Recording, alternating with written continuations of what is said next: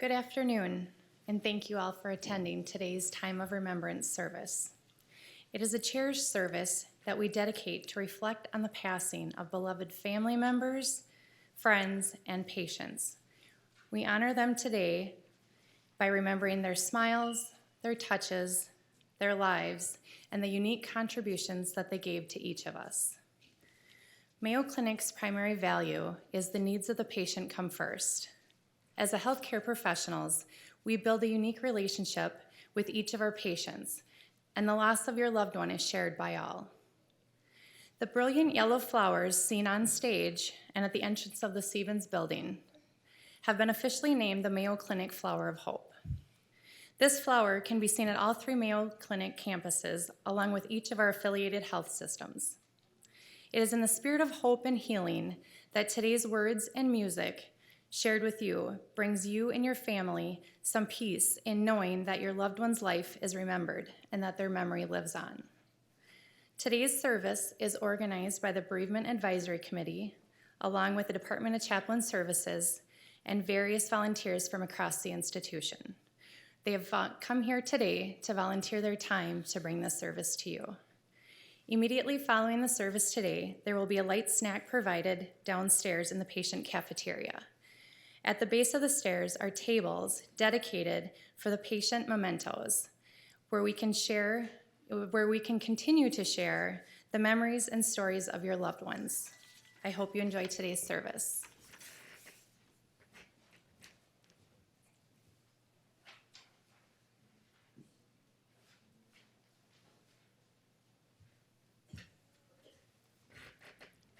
Please join me in the litany of hope. We come this day to share with one another our journey through grief and our climb to hope. We come together knowing that we are not alone in our struggles, and we will not be left empty. We gather today with questions still in our hearts, with mysteries still in our souls.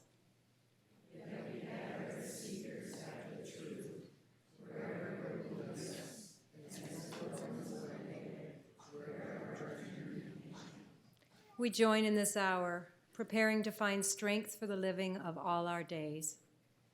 We come believing that letting go, we can somehow gain, and sharing our weakness, we can somehow grow stronger. We can remember our past, we can find our way into our future, and expressing our love, we can be confident in the living. Thank you.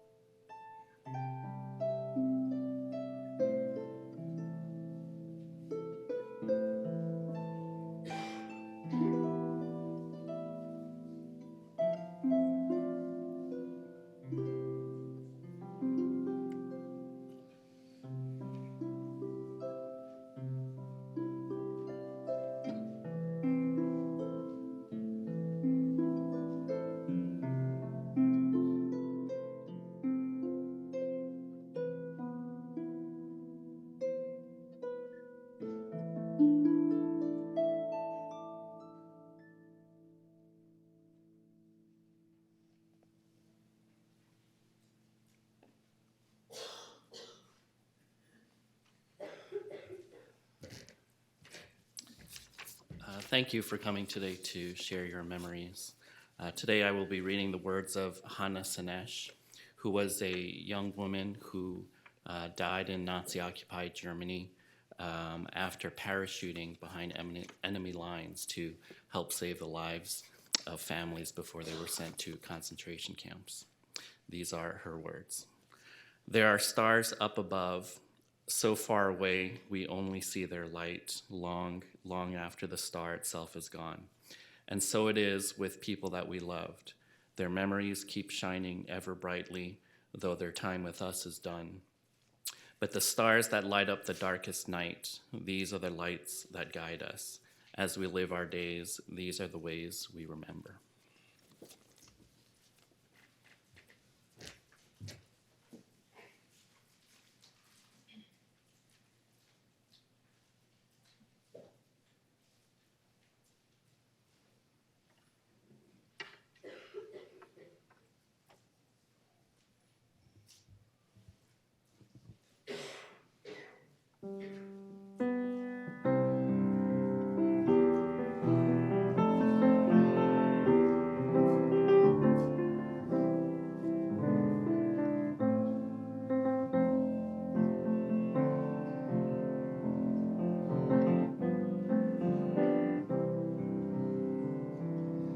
I see trees of green, red roses too.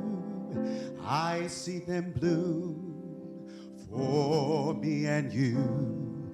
And I think to myself, what a wonderful world.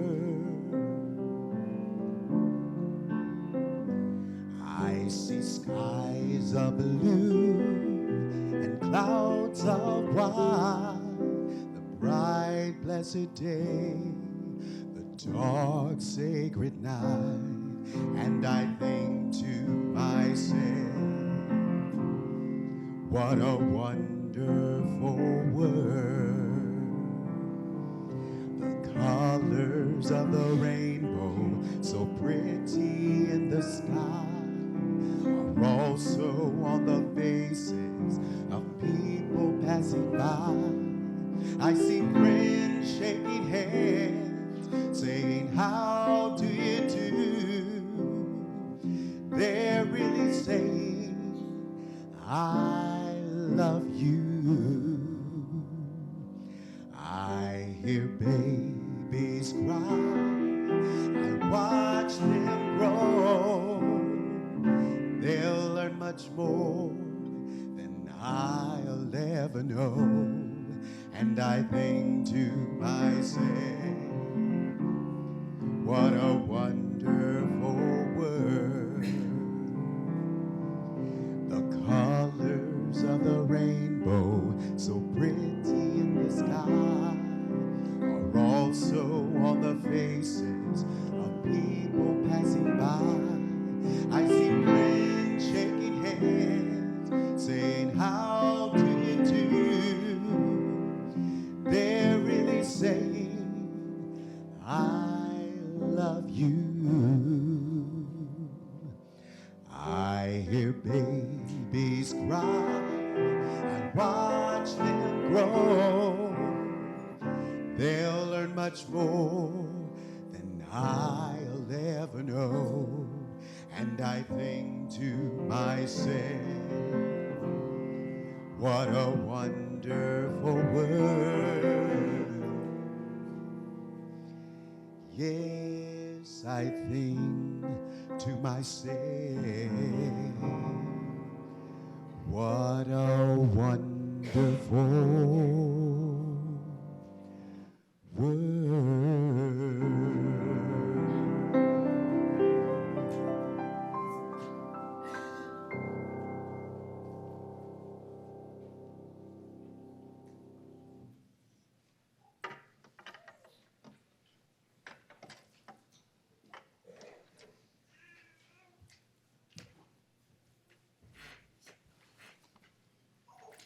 They are still with us, like Kathleen McTeague. And their struggles we choose for ourselves in the way we move forward in our lives and bring our world forward with us. It is right to remember the names of those who gave us strength in this choice of living. It is right to name the power of hard lives well lived. We share a history with those lives. We belong to the same motion. They too were strengthened by what had gone before. They too were drawn on by the vision of what might come to be. Those who lived before us, who struggled for justice and suffered injustice before us, have not melted into the dust and have not disappeared. They are still with us. The lives they lived hold us steady. Their words remind us and call us back to ourselves. Their courage and love evoke our own. We, the living, carry them with us. We are their voices, their hands, and their hearts. We take them with us, and with them choose the deeper path of living.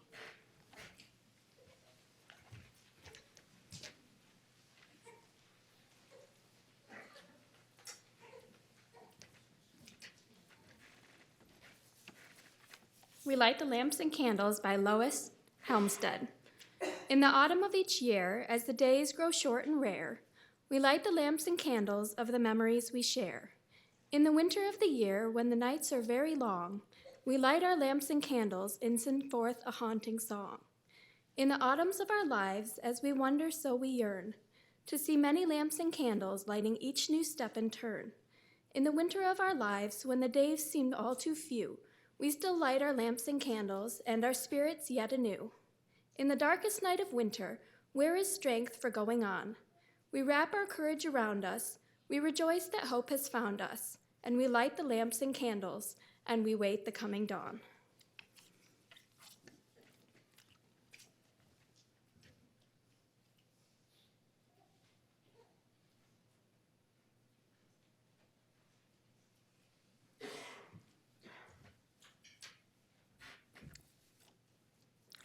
As a person who has lost many loved ones and a physician who has signed countless death certificates, I have realized two facts. One is that if I have loved and was able to show it, it is easier to say goodbye. And two is, if I deeply love those still with me, it becomes easier to absorb the loss of those who have temporarily separated. This is the gist of what I will now share in more words. As a physician, I take care of patients who have serious diagnoses and who have lost loved ones or in the process of losing loved ones. So what I have brought to you here is a gist of perspective, a synthesis of those perspectives, and I hope you find some of this meaningful. So we'll start with where it all starts, conception. We all start vulnerable and unaware as a single microscopic cell. By the time this cell becomes a quarter-inch embryo, we have a beating heart and the beginning of brain, spinal cord, eyes, and ears. Even before we assume the size of a kidney bean, every essential organ has formed. It's truly a miracle. Science, however, hasn't found a way to communicate with us at this stage. Is that little beating heart anxious? Is that tiny brain angry or hurt? Can this fetus think? And if yes, what are those thoughts? Nobody knows.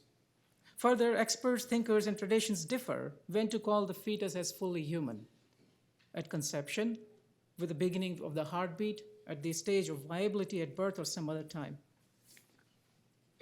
I remember the beating heart. The first memory I have of our 11-year-old and 4-year-old both is the beating heart on the ultrasound. 6 or 8 weeks. The heart was beating at probably 160 beats per minute. I felt she was anxious. Life in a paragraph. Then that magical moment arrives.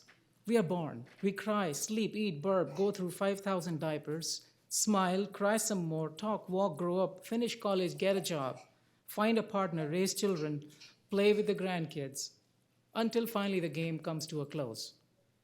Not everyone goes through this cycle, however. 1 in 5 women in our country remain childless, and 1 in 4 millennials will never marry. They have also lost something. Globally, of the 100 children born today, 4 will die before they reach age 5. All of us, of course, no matter our wealth, race, lifestyle, or connections, will eventually pass away. In 2115, none of us sitting here will be around, passing away. Just as our understanding varies about when a single cell becomes human, death also has more than one definition. Death is thus understood as a complete and irreversible failure of respiratory and circulatory function, or complete and irreversible loss of brain function, or both. No matter the precise definitions, death can bring different emotions depending on the timing and what preceded it. An untimely death of someone young causes pain, shock, regrets, numbness, anger, and much more. Death in an elderly who has lived a full life but is now struggling with severe pain from advanced cancer often brings relief. As a physician committed to honor life, I must confess I have encountered many situations where death comforted everyone and seemed like an act of compassion. Death seemed the preferred alternative when there was so much suffering that preceded it. While it makes sense that the feelings associated with death should depend on its timing and what preceded it, I believe we should also think about death from the perspective of what might follow after the death. Science doesn't have access to life before birth or after death. Two questions currently beyond the realm of science are worth pondering. First, is death the final period on the last page of the story, or a comma in the middle of a sentence? No matter what you believe, I've asked this question to hundreds of people facing their mortality. Uniformly, they feel it is a comma in the middle of a sentence. Even people who didn't previously believe in the continuation of their existence past their final hour change their mind when faced with finiteness. With death, I believe, as a physician, the physical body returns back to the elements, but the idea of us, the life spark that our body housed, and the spiritual essence of our being, that all survives to the end of time. Each of this is subtler than any known forces of nature and thus indestructible. Second, what reality awaits us after death? I believe the meaning that awaits us is the same meaning that brought us here. And what is that meaning? I believe we all came here to become beings that embody the timeless virtues, that of universal compassion, universal acceptance, and universal forgiveness for every single life form. Many paths can lead us to that state through faith, through action, through wisdom, and more. Until we become one with these timeless virtues, our life, our task isn't complete. I believe we exist on this planet until we have a meaning to serve. Once that meaning is exhausted, we will be transported to a world where we will continue to serve a deeper meaning. If you align your life with the meaning of decreasing suffering, you might exist until there is suffering. Perhaps you can then choose to never die. The three reasons. Despite making this choice, the thought or reality of losing the people we care about evokes sadness and sometimes fear. It is for three reasons. 1, feeling sorry for the person we lost. 2, fearing our own mortality. And 3, feeling sorry for ourselves. Let us see if we can find a cure or at least substantial palliation for these three concerns. And I have used each of these perspectives with my patients. 1, feeling sorry for the person we lost. It is truly understandable.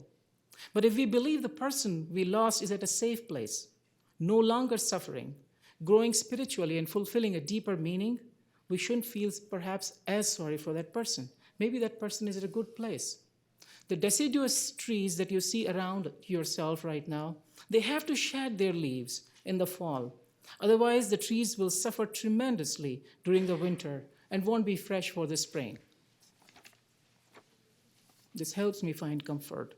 Of the people who ride with me in the elevator, many leave at the lower floors.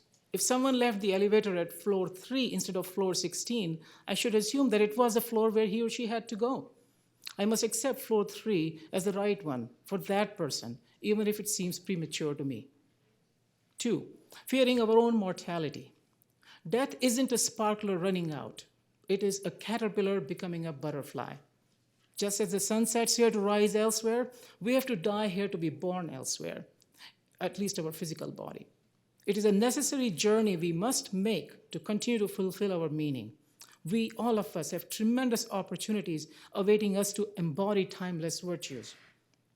And the next perspective is what I shared with someone with advanced ovarian cancer who passed away, a young woman. Further, who knows if you are designated to be the guardian angel for 10,000 children after you die? She said, I want to come back as a guardian angel for my 3 kids who am I leaving behind. Or become a real tooth fairy or a true Santa Claus. Why should any of us be afraid of embracing these cute and truly meaningful opportunities? 3, feeling sorry for ourselves. I believe we should focus on gratitude for the time we had with the person we lost. We should live our life empowered by his or her love. We should value those still around us. We should learn the lesson of our mortality to develop a sense of urgency for embodying timeless values. We all have finite time here. If we all live to 1 million continuous years, let's think about an alternative lifestyle or life approach. If we all live to a million continuous years, most likely we would have wasted all that time in frivolous activities. That is the nature of human mind. If these years, however, are split into discrete compartments with no clear connection to one another, with awareness of our mortality, we might reach much farther, share many more I love yous, develop deeper faith and more profound compassion. Maybe the current design, painful and imperfect as it seems, is an optimal compromise for at least a few. The next steps. Despite knowing all this, I'm a work in progress. I struggle, have moments I lose confidence, feel weak and fearful. In those moments, I try to remember the thought I had after making many round trips to Minneapolis from Rochester. The obvious meaning of these trips is to accomplish the task for which I travel. The deeper meaning perhaps isn't to arrive anywhere, it is to become a better driver. Translated to life, the purpose of my existence is not just to experience sensory pleasures, but through pleasure and pain, strive to become a better human being. One with universal compassion, universal acceptance, and universal forgiveness. While the specifics may change, depending on individual life situation, you and I can continue to work toward that common goal. To me, my current state in this life isn't satisfying. Life feels like a long drive not knowing how much gas is in my car. This thought breeds fear. I know I will run out of gas someday, unprepared what to do. I should better prepare for that reality and also realize that when I run out of gas, I can always walk. It might be more fun. Who knows, I might even grow wings and fly. That'll be exciting, to chase the hummingbirds that I've always wanted to do for the longest time. The idea of death, if feared, will bring fear in your life. The idea of death embraced and welcomed will fill your life with love and joy. Thinking about the afterlife of yours and your loved ones will make this life better. I believe all this because I also believe that the universe is so vast and with so many possibilities that anything you believe might be happening somewhere. I don't want to learn after I depart from this planet that my future options are limited because I didn't believe in them. I'll be very disappointed if I hear that. So I choose to live with hope, sometimes unrealistic hope, and believe in infinite possibilities. I invite you for the same. Final thoughts. Choose to remember the loved ones you have lost and will lose, not with the regret for the love withheld or not perceived, but think more about the love that was shared. Live in their honor your days with the timeless virtues, that of universal compassion, acceptance, and forgiveness. So when you meet them again, you're proud to share with them all you learned since you last saw them. Choose to make your life the best it could be, so you are worthy of helping many as you continue the journey on this planet or elsewhere, from one spring to the next. And just like the red maple, in the fall of your life, through adversities, delight the world with your brilliance and beauty. Let adversities empower you to become a better human being. And when the time comes, which it will for all of us, go out swinging, knowing that life and death both come from the same source. If one is beautiful, the other also has to be beautiful for you as well as your loved ones. Thank you.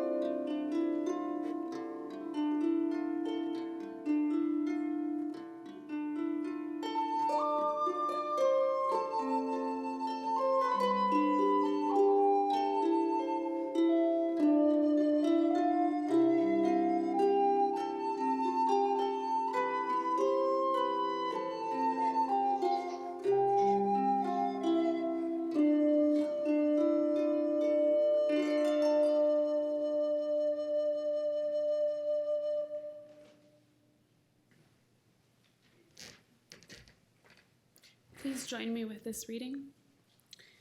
We come together as people drawn to life, yet acquainted with death.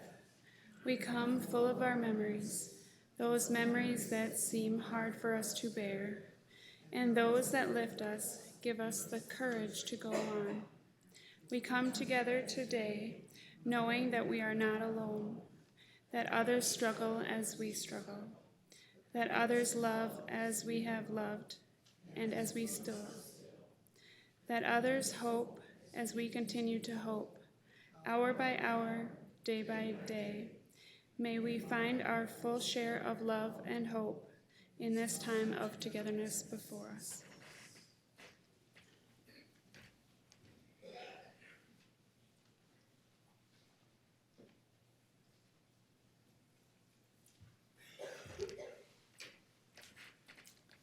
The gift. It is a gift. This reminder of mortality. This thing that slows me down. This reflective summer. I know things about myself I could not otherwise have known. Pain can be endured. Uncertainty can be tolerated. Loss can be processed. I know there is a wellspring of strength, courage, and joy within me. I know that time is not forever. There is an urgency, a poignancy, a preciousness to life. I know that I don't fear suffering or death as much anymore. It is a menace, it is sorrow, it is a loss of innocence, it is a gift.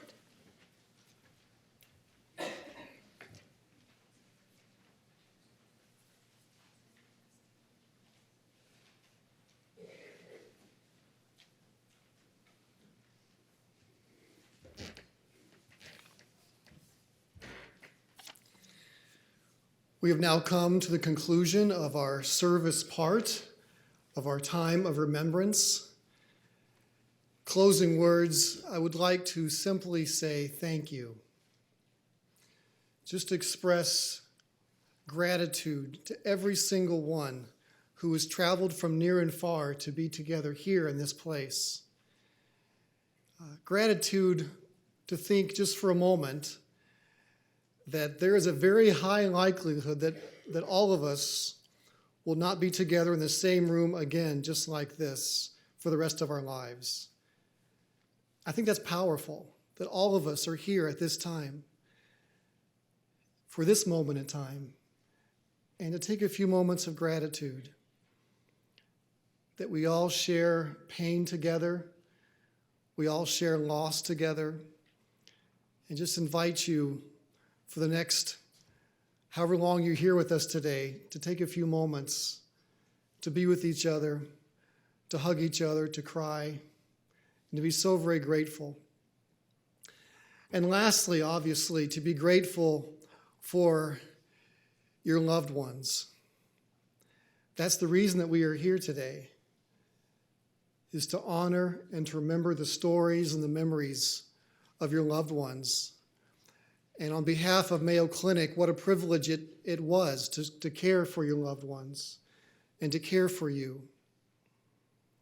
And so we close our time together today, once again, with words of gratitude for you and especially for your loved ones, and that their legacy and their lives and their words and their memories will live on in your hearts for the rest of your lives. So thank you so very much for being with us today. We're now going to end our time together. We're going to sing a hymn in just a few moments with the hymn of What Wondrous Love. But also would like to invite you that our time together is not over. That sounds really good, doesn't it? We're not finished at the conclusion of our service today. There will be a time of sharing and reflection after the service. As all of you already know, there's tables set up below, and many of you have already placed your mementos and your items of memory for your loved one on the table below. And when we're done, invite you to go down. There's elevators here. If you go out this direction, out the front door to the right, there's elevators around the hallway here to go downstairs or the stairs, as you know where those are probably. And we'll gather together and just share memories with each other. And there's also food, as Angela mentioned earlier. There's some wonderful food that we prepared for you in the patient cafeteria, so please make your way as there and stay as long as you would like to today. We're so thrilled to have you with us today. And one more note before we sing our last hymn is that we would like to get your feedback today on how this experience was for you. We do 2 of these services a year, and there'll be comment cards on the tables in the cafeteria where you sit down to eat your food. There's comment cards there. There's some pens there. And if you would be so kind as to take a few moments and just jot down some things perhaps that you liked, perhaps some things that you thought that we could do better or whatever, we would appreciate that so we could continue to make our service more and more meaningful, hopefully, for people as they come in the future. So thank you so very much for coming with us today. We're now going to close with a hymn, What Wondrous Love Is This? And I think Anthony's going to lead us in that. So thank you so much for coming today.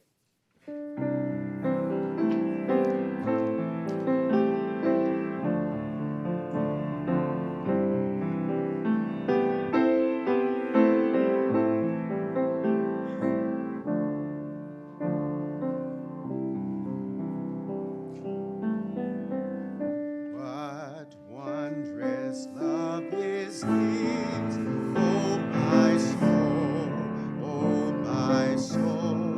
What wondrous love is this, oh my soul.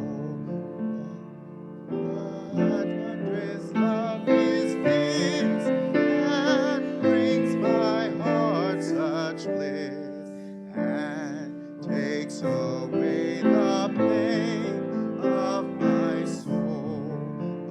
my soul, and takes away the pain of my soul.